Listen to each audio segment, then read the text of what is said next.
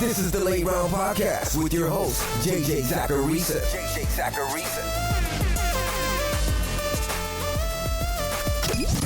What's up, everyone? It's JJ Zacharisa, the editor-in-chief at FanDuel and at numberfire.com, and this is episode 594 of the Late Round Podcast, on many shows that are part of the FanDuel Podcast Network. Oh, hey, what's up? Thanks for tuning in. Don't forget about this week's FanDuel Podcast Network Listener League. Check out fanduel.com/league/listener league to join. It's a rake-free contest that costs $5 to enter and has $1,500 in prizes. You can enter up to 3 lineups to the contest. Again, that's fanduel.com/league/listener league to join. Eligibility restrictions apply. Go to fanduel.com or download the FanDuel app for more details. It's a mailbag show. Let's get to these questions. The first question this week is from @FFB_Feelings. It says, is there any data to back up whether bell cow backs are due to coaching or due to just talent? Example, seemed like whoever went to Pittsburgh would be a bell cow. Or even if Gordon leaves Denver, do they just bring in another good back and continue the split, or does talent force a bell cow role? Like most answers that I give, this is far from a this or that kind of thing. It's not 100% on the coach, and it's not 100% on the player. There's a lot of data that shows that running backs aren't important in real football. That's what spawned the running backs don't matter movement. I personally don't really care about that discussion anymore, but it does bring up an important question. If running backs don't matter, then why should we care about running back talent in fantasy football? And the easy answer to that is because volume is what drives fantasy football totals. And if a running back is talented, a coach should hypothetically want to give him the ball more. Like if you're Zach Taylor, why would you not give the ball to Joe Mixon as much as possible? He's the most talented running back in your backfield, so it would just make sense to give him more touches. Now, unfortunately, some coaches just like bell cows more than others, just naturally. We'll run into coaches who swear by split backfields. Others prefer a bell cow. But there's a reason we don't always see handcuffed running backs take on a huge workload when a starter goes down.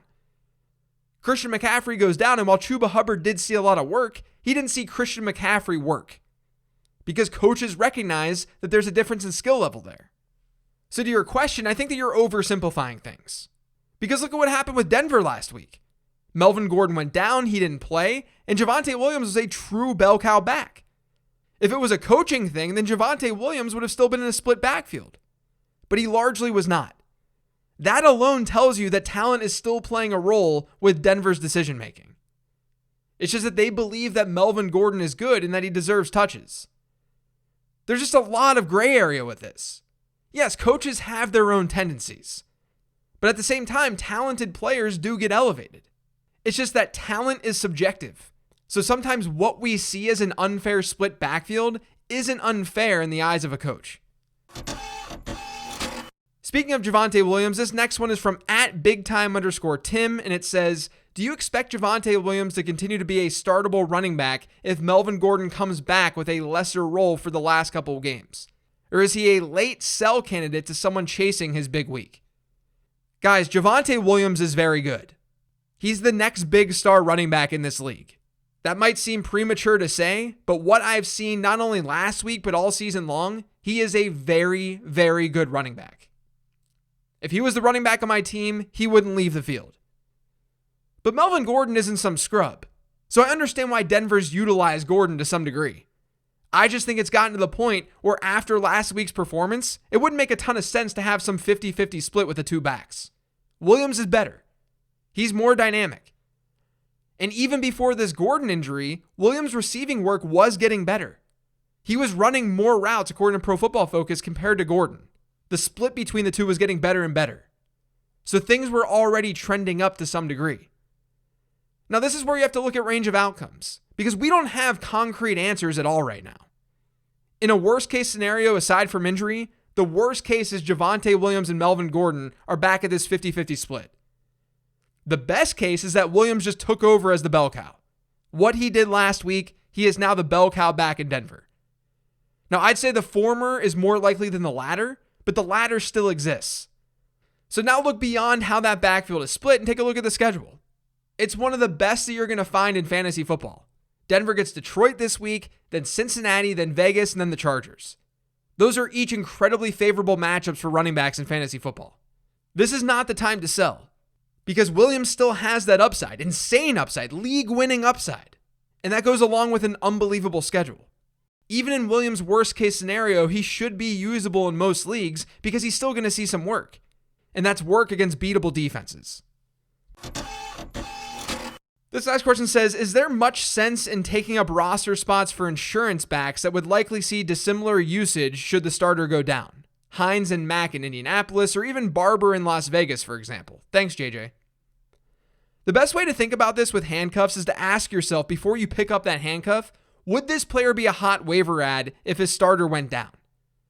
Like you mentioned the Indianapolis example. If God forbid Jonathan Taylor got hurt, how would people view the backups on that team?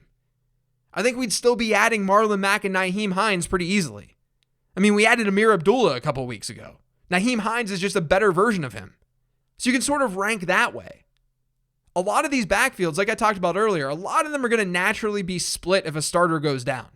But that wouldn't make those players unusable. They'd still be rostered.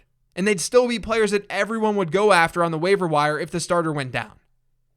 So a lot of these players do deserve to be rostered, especially if they're on teams like Indianapolis that can run the ball well. This last question is from @Mr. Chris Traub. What is the etiquette for teams out of the fantasy playoffs, assuming no penalty for last place and no consolation rewards?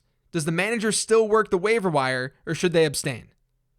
I feel like I have a stance that's a little bit controversial here. I think a lot of people who just listen to that question, they're of the belief that the obvious answer is that non-playoff teams just shouldn't be involved. That the waiver wire is there only for the remaining teams. But I'd argue that's also not fair. Or at least there's an argument against that. I don't think it's so clear cut. Because with fewer teams going after players on the waiver wire, that means it's easier to actually obtain those players off the waiver wire. Because instead of competing with 11 other teams, it's 5 other teams, or 3 other teams, or just 1 other team. That means that teams that weren't as prepared for the playoffs all of a sudden have some sort of equalizer. Now, I understand that other playoff teams can also go after those players. And that's the main reason I lean on the side of non-playoff teams not being able to make moves. I just wanted to throw the other side out there because I think that it's valid. There's validity to it. It's just something to think about. The next question is from @Kool-Aid619.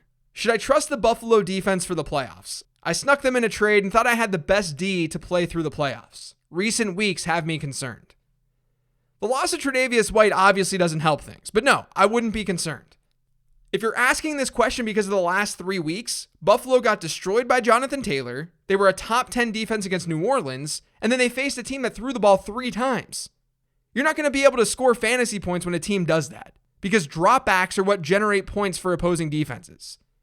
Maybe you'll want an alternative for Buffalo in 2 weeks when they get New England, but there's still a decent enough play even in that week. But in week 15, I would absolutely feel comfortable with them against Carolina. And then in week 17, they get Atlanta. Those are great matchups, so you should still feel good about the Bills. This next question says, how do you feel about Terrace Marshall in Dynasty? You know, I feel pretty good about my rookie takes from the last offseason and into this season. I was high on Jamar Chase. I had Devontae Smith and Jalen Waddle as my number 2 and number 3 wide receivers in this class. I talked about Elijah Mitchell and Ramondre Stevenson in the offseason. I loved Elijah Moore. I look back and I feel good about how things went down. But obviously people hone in on what I got wrong, and I don't hide from my mistakes. I got Terrace Marshall, or it looks like I did. I got him wrong. I whiffed. I subjectively moved Marshall up in my rankings, even though my model didn't have him as high as Rashad Bateman and Elijah Moore. But I subjectively put Marshall in that tier. And it was a mistake. That's going to happen a lot with rookie ranks. And I say that it's looking like I whiffed because very rarely do players come back from down rookie seasons. I did an episode on this way back. It was episode 343, and it's called Bailing on Unproductive Rookies. Basically, the chance that Marshall hits is increasingly becoming smaller and smaller. Now, with that being said, that's more so him hitting as like some stud. And not only that, but I don't really care about going after a player like Marshall if his price falls. Like, unproductive rookies rarely pan out, but so do cheap players. So if Marshall's value dips a whole lot, then you can go after him. The problem is that in most cases, an unproductive rookie's value doesn't drop enough. So more times than not, you're forced to sell rather than buy. But yeah, it just hasn't clicked. I don't think the process was terrible for Marshall, especially when you see what his college teammates are doing in the league and the fact that he competed with them well in college. Sometimes this just happens. But my model was right to be lower on Marshall than I was subjectively. This next question is from @BlakeAHampton. How do you determine your floor and ceiling when deciding a play that may go against your own personal rankings? May be applicable heading into the final week before playoffs. Yeah, so there are times where someone asks me a start-sit question and I tell them, go with this player if you need more of a ceiling versus the player who may give you more of a floor. And typically that means I feel better about this player's projection, but this other player, he's got a lot more variance with his projection. There's a wider range of outcomes because of either how that player scores points or because we don't completely understand what the usage might look like for that player. We typically see those high ceiling players come in the form of younger guys because they don't have a large sample size behind them, like Kadarius Toney. If he gets a start, we've seen the ceiling. We saw what he did against Dallas. But we also know the sample size is not really big. So he's reached a crazy ceiling this season in a single game, but there's plenty of variance involved with Toney because we're trying to make an educated guess as to how he'll be used on multiple levels. Hunter Renfrow is not that. We know the type of role that Renfrow plays, and we know he's likely not going to completely blow up. Like I'm talking 30 fantasy points, but he's incredibly, incredibly solid, especially in PPR formats. And that has to do with the usage that he sees and the role that he has in the Raiders. Now, I will say it's really easy to make too big of a deal out of floor and ceiling because we're going to be wrong with projections. Like Hunter Renfrow was pegged as a floor guy, but his projection may actually be the ceiling for another player. So you don't want to just simply strive for ceiling within an individual player just to do it. But if you're a big underdog, objectively a big underdog, and you need a little bit more upside in your lineup, you should embrace variance. That's what we're saying with ceiling. You're embracing that upper range of outcomes. But just make sure you're not focused too much on that because our projections are going to naturally be wrong. And oftentimes, the floor player has a higher ceiling anyway than your ceiling play. The last question this week is from @DBelcher17. Is Lamar Jackson's recent performance a trend that you think will continue? He's been brutal since Miami shut him down. Did they provide the blueprint? There was a tweet from ESPN's Matt Bowen or @MattBowen41 this week that said, quote, Lamar has been blitzed on 54 dropbacks in his last 3 games. Those games coming against Miami, Cleveland, and Pittsburgh. His QBR versus the blitz in those games is 9.4. And the thing is, guys, he didn't just face teams that blitz at a super high rate. Miami does. They rank first in the league in blitz rate according to Next Gen Stats. But Cleveland and Pittsburgh, according to Next Gen Stats, they rank in the bottom half of the league in blitz rate. And remember not to confuse blitzing with pressure. Regardless, I think there's at least some concern here. Jackson's been a top 12 quarterback in 2 of his last 3, but he hasn't hit 18 fantasy points in any of those contests. The good news is that I don't think his fantasy floor is just going to disappear. He's still running the ball a good bit, averaging over 11 rush attempts per game during this stretch. And we can't assume that number 1, teams upcoming on their schedule are going to use some blitz-heavy strategy, or that number 2, it's even going to dramatically impact Jackson. We don't know this for sure, but it's definitely still somewhat of a concern.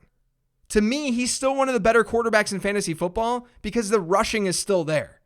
This just makes him slightly scarier to use versus a more established higher-end quarterback. That's going to do it for today's show, though. Thanks to all of you for listening. If you've yet to subscribe to the Late Round Podcast, make sure you are by searching for it pretty much anywhere podcasts can be found. Don't forget to follow me on Twitter @LateRoundQB. Thanks for listening this week, everyone. I really appreciate it. Have a great weekend. I'll talk to you next week.